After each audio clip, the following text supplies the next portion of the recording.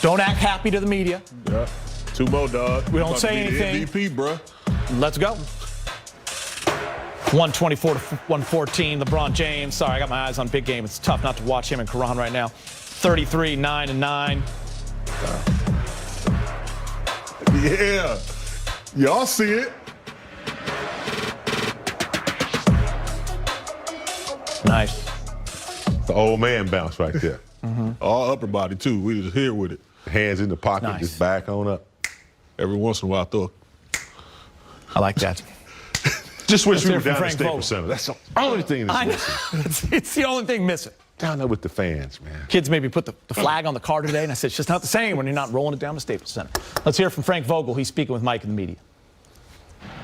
Hey, Frank, Mike Trudell. On the walk-off for Spectrum, AD's basically said that he wasn't satisfied with the way that you guys as a team played overall. Thought there were a lot of places that things could improve. So despite winning by that margin, what do you take away from his reaction to the game? I agree with him. You know, particularly on the defensive end, you know, we knew they were going to be different. And, you know, with no Bam, they bring 5 3-point shooters. And, you know, their movement offense is very difficult to guard no matter who's in uniform. But we definitely have to do a better job, in particular on the defensive end. I thought we attacked offensively really well. Had one of our, well, we had a poor shooting night from perimeter. But I liked the quality of the shots for the most part. And, you know, even having a poor shooting night, we still end up with an offensive rating of 136. So I was pleased with what we did on that end of the floor. You know, obviously you can always get better on both sides, but defensively we got to be better. Frank, just wondered what those conversations were like in practice with LeBron, with Rondo about dissecting a zone, and you guys just getting to that level of talking about who's. Yeah, just you know, we know the spacing that we want to get to, in a few different alignments. You know, obviously, you know, a lot of teams don't have 10, 15, 20 different zone offensive plays like they do with man-to-man. But there's a few different alignments we want to get to out of the zone that we feel are favorable to the offense. We got a lot of them tonight, and you know, obviously Doe and Bron and our whole group has a great ability to communicate where the holes are, what they're looking for, and work together in those types of things. Frank, what were you seeing happening in the third quarter there when they cut that 18-point lead to 9, especially defensively? In the third quarter, you said? Yeah, when they cut down, you guys had an 18-point lead, and they cut it all the way down to 9, and just wondering what you saw. Yeah, this team has a lot of fight, and like I said, they're extremely difficult to guard no matter who's in uniform. You know, it doesn't matter that they have some guys out; they're a deep team, and you know, with Bam out, they become different from a standpoint of more spacing at the three-point line, which presents different kinds of challenges. You know, obviously, you know, Bam is an all-star, one of their best players, but you know, they become different. You know, with him and Dragic out, and you know, those guys played extremely hard, kept fighting to cut into the lead. Like I said, we got to do some things better, a lot of things better on the defensive end. But that's what you know, that's what getting to work and the process is all about. You know, review the film, meet tomorrow as a team, and make some improvements. Awesome. Start with David Veneman. Frank, it was the first time a pair of Laker teammates scored 30-plus in a finals game since Shaq and Kobe back in 2002. What is the way that Anthony and LeBron are able to dominate at the same time? Do they take turns? Do you know they feed the hot hand? How do they kind of work it out together that way? Well, they both, and our whole team attacks the defense and reads. You know what I mean? And obviously they both have the ability to score against single coverage, so to speak, you know, whatever action you're talking about. But they're both willing passers. So sometimes they're feeding each other. Sometimes they're destroying their own man. You know, and sometimes they're making the extra pass to the open man. You know, both have that elite ability to score and to read defense. So, again, big reason. Those two were huge tonight and a big reason for the win. Dan? Frank, you guys had, I think, I'm looking at it right here, 16 offensive rebounds, 8 for Anthony. Physically, how have you guys been able to kind of dominate and use your size in this series, and how big of a factor do you think that's been in these 2 wins? Yeah, we got a lot of those rebounds, not even, with our big lineup. There's a lot of holes in the zone. That's one of them, being able to crash the boards. And we definitely punished that aspect of their zone defense. Go with Kyle. Frank, in those situations where you're losing a lead, I mean, you've been in that position a lot these playoffs and gone on to win a number of those games anyway, turn it back. What do you look for in the groups that you want out on the floor? And to your observations, what's their sort of dialogue? Are they trying to simplify things, or how do they approach it? Well, each group knows what the strengths are of the personnel that are out there.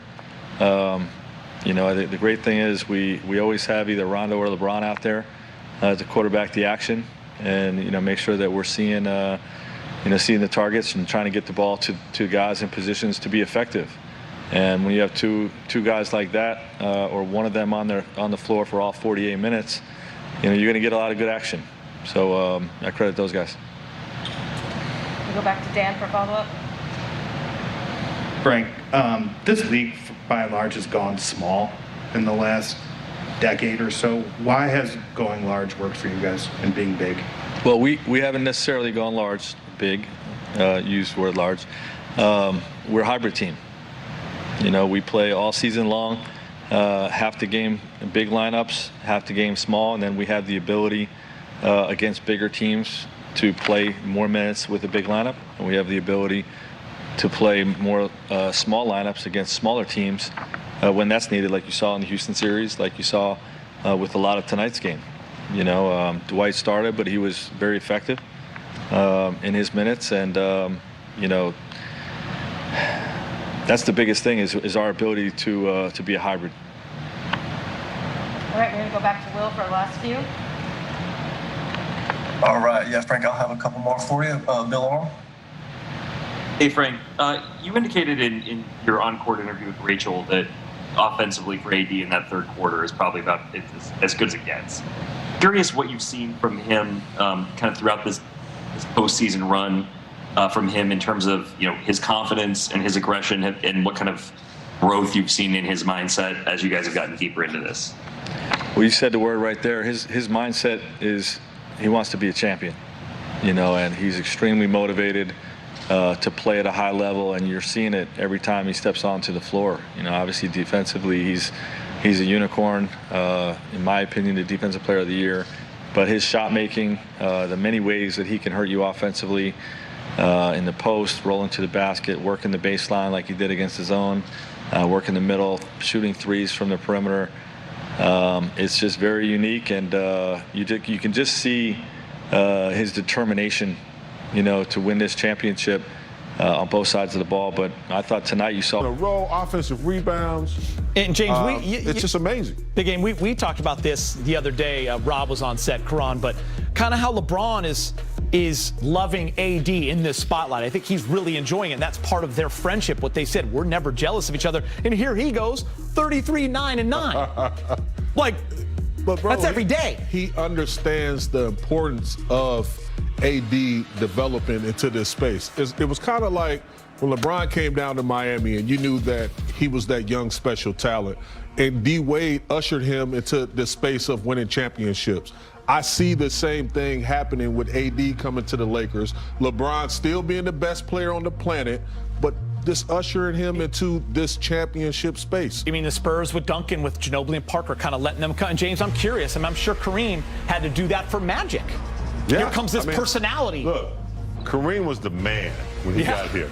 But they could not get over the hump of winning. When Magic came, Kareem was so smart enough to know Magic had the personality, he had the verbal engagement with teammates, and he said, brother, it's all yours. I'm going to throw the scout hook and let you do it. And win 5 titles. And then when I came in, I had players like Jamal. I had a plethora of players. Jamal Wilkes, a Hall of Famer. Bob McAdoo, a Hall of Famer. Kareem Abdul-Jabbar, Hall of Famer. Mitch. I had a lot of guys. Yeah. Pat Riley, Jerry West. I had a lot of people to lean on.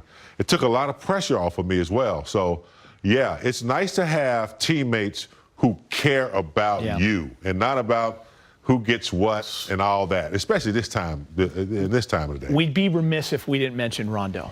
I think Rondo's played a huge role, and AD was adamant about him staying in LA, and there was a reason for that. And he's taken pressure off of LeBron as well. He was huge tonight, especially clutch moments. Hit a couple big threes. That's not what Rondo's game was back in 2008, 9, and 10 when he's playing for the Celtics against the Lakers. And look, I don't buy into the playoff Rondos. I know that people are going to look at the numbers and be like, playoff Rondo, he's like a whole nother player. I think Rondo's just Rondo. Yeah. Rondo is a hell of a basketball player with a high basketball IQ. He brings it night in and night out. Now, sometimes, it's hit or miss, but he's still going to be that ultimate competitor. And what I love from Rondo, what I'm seeing right now in this moment, he was exactly what we needed. He inserted himself. He's the coach out there on the floor alongside LeBron James. Some facilitators. He's knocking down three-point shots at that one spot that he loves right there. Yeah. I just love what he's doing, and I think he's elevating this ball club, right to a championship. Yeah. I swear to God, if the Lakers' entire coaching staff got thrown out of the game, I wouldn't be worried at all. Rondo, it's a great stat. I just let him do his thing. Still got two out there. I just let him do his thing. LeBron and Rondo still out there. It would not be a problem at all. He could do it. It's real when somebody go like this. I swear to God.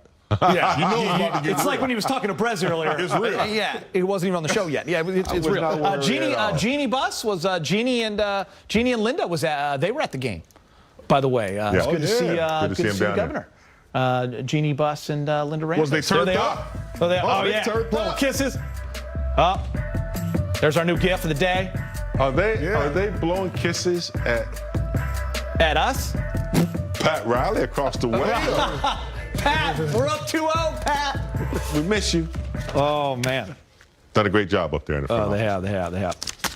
I don't ever usually want another man's suit, but I like that suit. Appreciate you, man. All right, let's get to the set to get that out.